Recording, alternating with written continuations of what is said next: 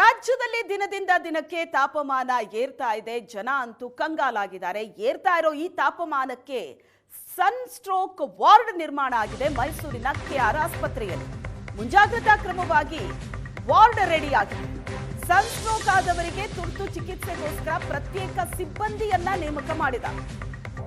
ಬೇಸಿಗೆ ತಾಪಮಾನಕ್ಕೆ ಸುಮಾರು 6 ಲೀಟರ್ ನೀರು ಕುಡಿಬೇಕು. ಹಣ್ಣು, ತರಕಾರಿ, ನೀರಿನ ಅಂಶ ಇರೋ ಪದಾರ್ಥಗಳನ್ನ ಹೆಚ್ಚಾಗಿ ಸೇವಿಸಬೇಕು. ಉಪ್ಪು, ಖಾರ, ಸಕ್ಕರೆ ಕಡಿಮೆ ಸೇವಿಸಬೇಕು. ಆಸ್ಪತ್ರೆ ಅಧೀಕ್ಷಕಿ ಶೋಭಾ ಹೇಳಿಕೆ ಕೊಟ್ಟಿದ್ದಾರೆ. ಸಾಕಷ್ಟು ಎಚ್ಚರಿಕೆಯನ್ನ ಜನ ಕೂಡ ತಗೋಬೇಕು. ಸನ್ ಸ್ಟ್ರೋಕ್ ಆಯ್ತು ಅಂತ ಅಂದ್ರೆ ಅಂತವರಿಗೋಸ್ಕರವೇ ತುರ್ತು ಚಿಕಿತ್ಸೆ ನೀಡೋದಕ್ಕೆ ಸಪರೇಟ್ ವಾರ್ಡ್ ಮತ್ತು ಸಪರೇಟ್ ಸಿಬ್ಬಂದಿ ನೇಮಕ ಆಗಿದೆ. ರಾಜ್ಯದಲ್ಲಿ ದಿನೇ ದಿನೇ ಬಿಸಿಲಿನ ಜಳ ಜಾಸ್ತಿ ಆಗ್ತಾನೆ ಇದೆ. ಅದರಲ್ಲೂ ಕೂಡ ಉತ್ತರ ಕರ್ನಾಟಕವಂತೂ ಕಾದ ಕುಲುಮೆ ಆಗ್ತಾ ಇದೆ. ಇದಕ್ಕೆ ದಕ್ಷಿಣ ಕರ್ನಾಟಕ ಕೂಡ ಹೊರತಾಗಿಲ್ಲ. ಹಳೆ ಮೈಸೂರು ಭಾಗದಲ್ಲೂ ಕೂಡ ಪ್ರತಿನಿತ್ಯವೂ ಕೂಡ ಬಿಸಿಲಿನ ಕೇಸ್ಗಳು ಜಾಸ್ತಿ ಆಗ್ತಾ ಇದೆ. ಬಿಸಿಲಿನ ತಾಪ ದಿನೇ ದಿನೇ ಜಾಸ್ತಿ ಆಗ್ತಾ ಇದೆ.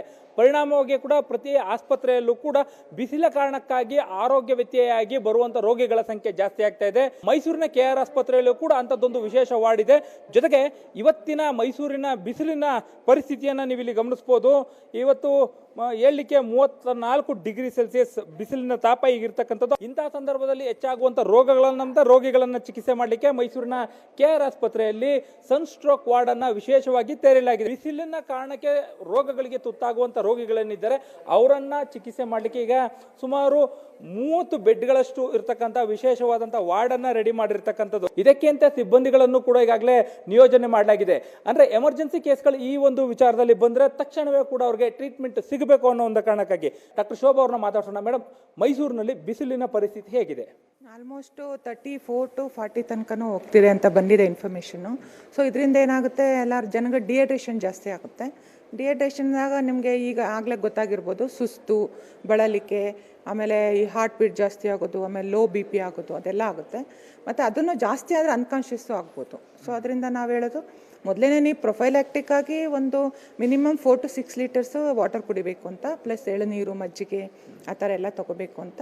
ಮತ್ತು ಇಮ್ಮಿಡಿಯೇಟಾಗಿ ಸುಸ್ತು ಕಾಣಿಸಿದ್ರೆ ಫಸ್ಟ್ ನಾನು ಮನೇಲೇ ಒಂದು 250 to 300 ml ವಾಟರ್ ಕುಡಿದ್ಬಿಡಿ ಅಂತ ಹೇಳೋದು.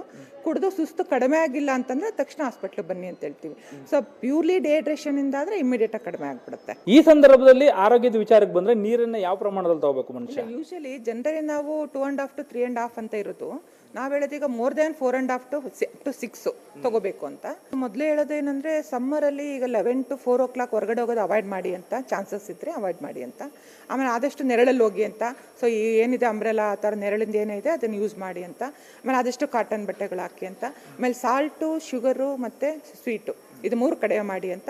ಸಾಲ್ಟ್ ಈಗ ತುಂಬಾ ಕಡಿಮೆ ಮಾಡಿದೆ ನೆಸಿಟಿ ಇಲ್ಲ, ಆದ್ರೂ ಜನರಲ್ ಆಗಿರೋಷ್ಟಿಂತ ಕಡಿಮೆ ಮಾಡಬೇಕಾಗುತ್ತೆ. ಎಚ್ಚರ ತಪ್ಪಿ ಯಾರಾದರೂ ಈ ಒಂದು ಸನ್ ಸ್ಟ್ರೋಕ್ಗೆ ಒಳಗಾದಂಥವ್ರಿಗೂ ಕೂಡ ಶೀಘ್ರದಲ್ಲೇ ಚಿಕಿತ್ಸೆಯನ್ನು ಕೊಡಲಿಕ್ಕೆ ಈ ಒಂದು ವಿಶೇಷವಾದಂಥ ವಾರ್ಡ್ ಅನ್ನು ಸ್ಥಾಪನೆ ಮಾಡಲಾಗಿದೆ. ಕ್ಯಾಮ್ರಾ ಪರ್ಸನ್ ನವೀನ್ ಜೊತೆ ಮಧು ಎಂ ಚಿನ್ಕುರುಳಿ, ಏಷ್ಯಾನೆಟ್ ಸುವರ್ಣ ನ್ಯೂಸ್, ಮೈಸೂರು.